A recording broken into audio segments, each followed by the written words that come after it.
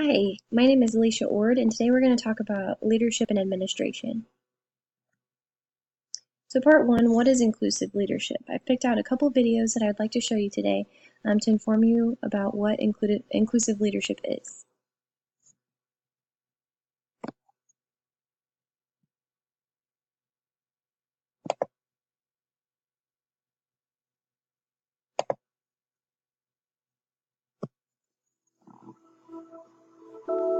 It's so easy to place people in boxes, drawing lines, creating sides. There's us, and there's them. Those we feel comfortable around, and those we don't. There are those of us with many chapters, and those just starting their own stories. There's the well-to-do, and those doing what they can. There are those we share something with, and those we don't seem to share anything with. Welcome, and thank you for coming today, guys. Today I'm going to be conducting an experiment where I'll ask you a series of questions. Now, these questions will be very personal questions, and for us to get a true result, I need you to be completely honest with how you respond. The first question I have is, who in here was the class clown?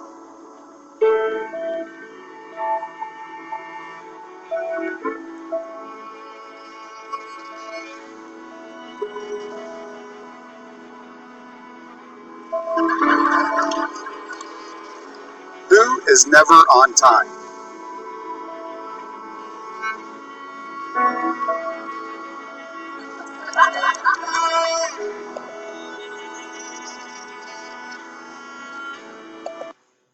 So basically, in that video, they were asking a whole bunch of questions, and some people related and some people did not. And that's kind of the whole point of inclusive leadership, is finding out that there's a whole bunch of different personalities in this world that people are kind of sort of born with, but leadership is not a personality that is somebody's born with, it's a behavior. And so learning from these behaviors through our experiences we stumble upon throughout our lives is what really shows how to become a great leader. If you were bullied, or even if you were a bully, molding that experience that you had into leadership is a possibility.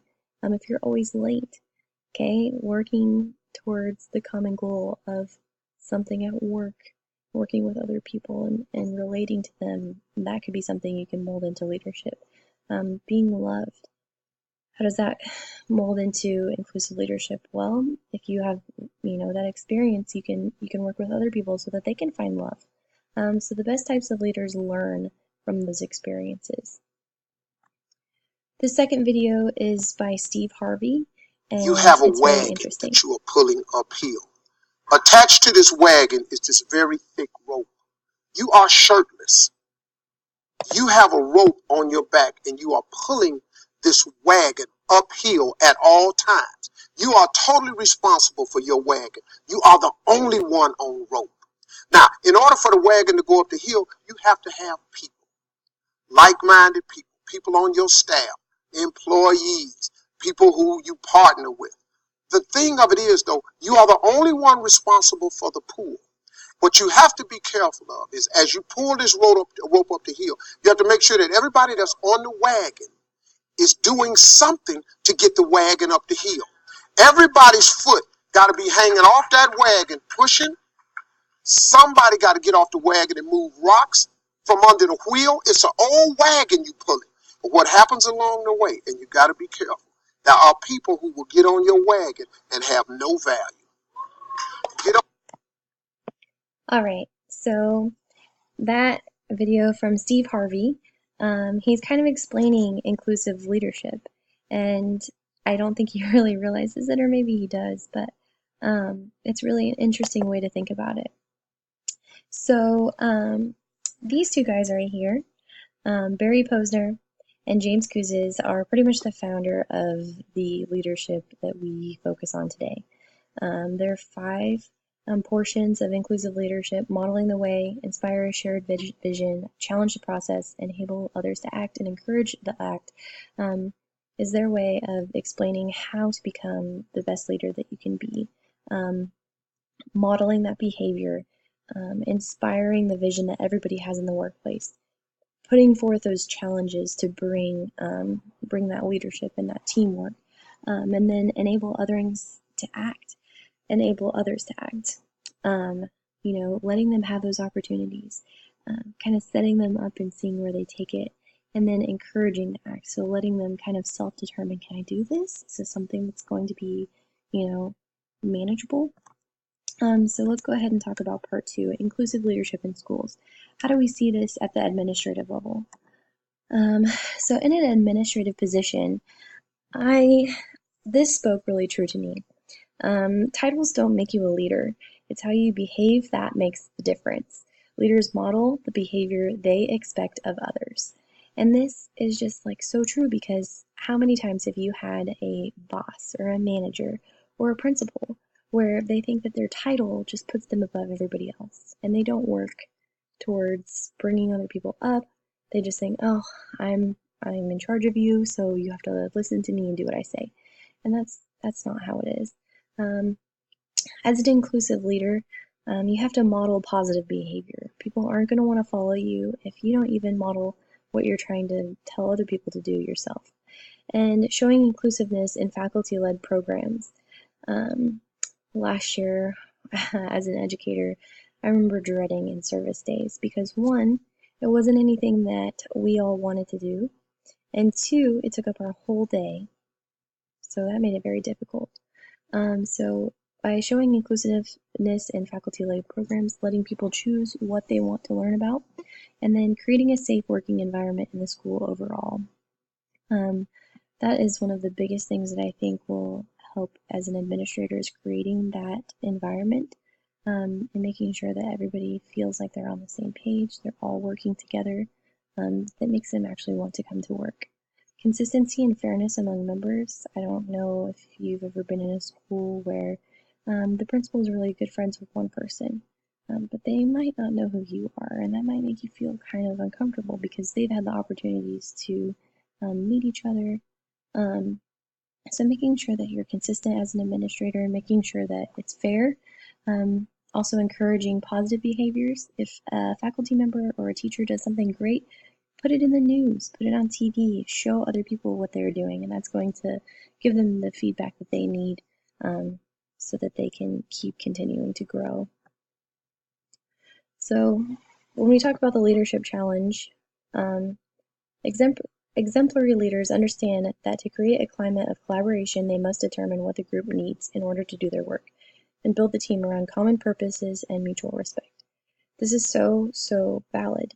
And it's very important too. If everybody's not on the same page, if they're not working towards the same goal, then that wagon isn't going to get pushed up the hill. It's going to be stagnant. It's going to be staying in the same spot. So when we talk about strengthening others, the Casey Mork story really stood out to me in the Leadership Challenge textbook. They acquired a new manager, and he wanted to come in, he wanted to change a bunch of stuff, and everybody was like, I'm not going to listen to him because I don't know, who he thinks he is, but he's making all these changes and we're not wanting to do it. And so he came in, and eventually, once he started changing up some things, he broke barriers between some groups. He kind of made people mingle around and meet each other. And he also put them in smaller working groups so that they can really discuss and get things done. And then he also transferred power to these groups. And in the beginning, they were like, does he really trust us to do this? Is this really going to work? And when it did, that's when they developed that confidence. And he knew in his own mind that they could do it, and that's why he entrusted that in them. Any other person in the leadership role could have just, hey, you did this for me, or they could have did it for them, but that is not allowing them to use that confidence. They in turn can bring leadership to other people. So part 3, the challenge. What is challenging when we're talking about inclusive leadership? There's several challenges to being an inclusive leader. The process of developing others. If maybe empathy isn't your strength or development, maybe you have a hard time finding not necessarily weaknesses in others, but things that you can help them improve, or maybe you have a hard time finding those pieces. So making sure that you instill pride in a team. Sometimes when you get in a leadership position, people aren't going to want to listen to you, and figuring out how to motivate them is honestly the biggest key. And also, people aren't going to want to adapt to change, and so again, with that motivation, that's going to definitely help you with that. Another challenge is developing managerial effectiveness, time management. That's something that I definitely struggle with, and all the other managerial parts that go into, a business or a place, a school, a place of work. That's where you definitely have to learn those before you can definitely take on people. And then the last thing is breaking routines. That's going to be hand in hand with adapting to change. Breaking routines is an okay thing, and you're going to hate hearing, well, that's not how we used to do it, and that's going to be have to be something where you're like, well, you're right.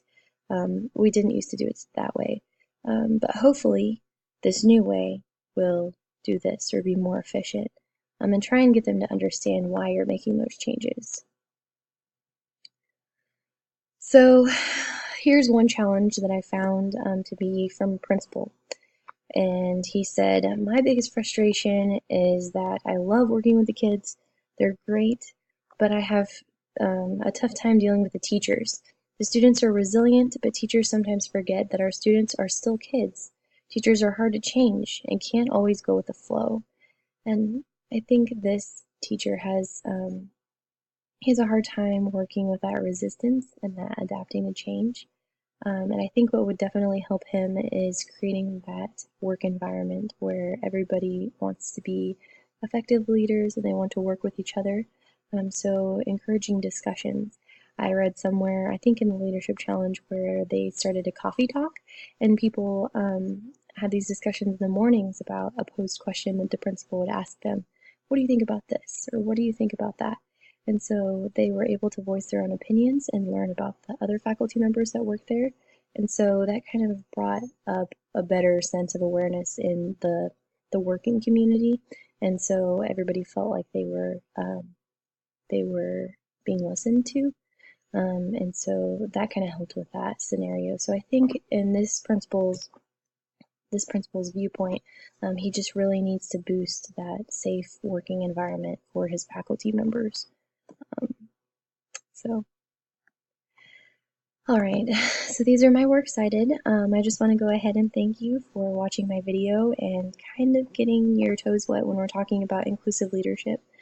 It's something that I've kind of been doing my whole life, but I didn't really realize it.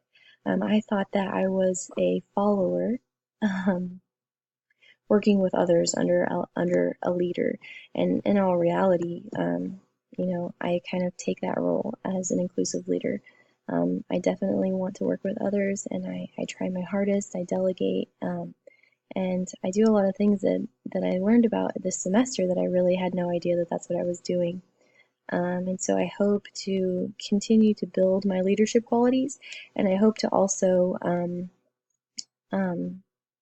that my next role eventually as an administrator be able to instill these in a school. So thank you so much for watching.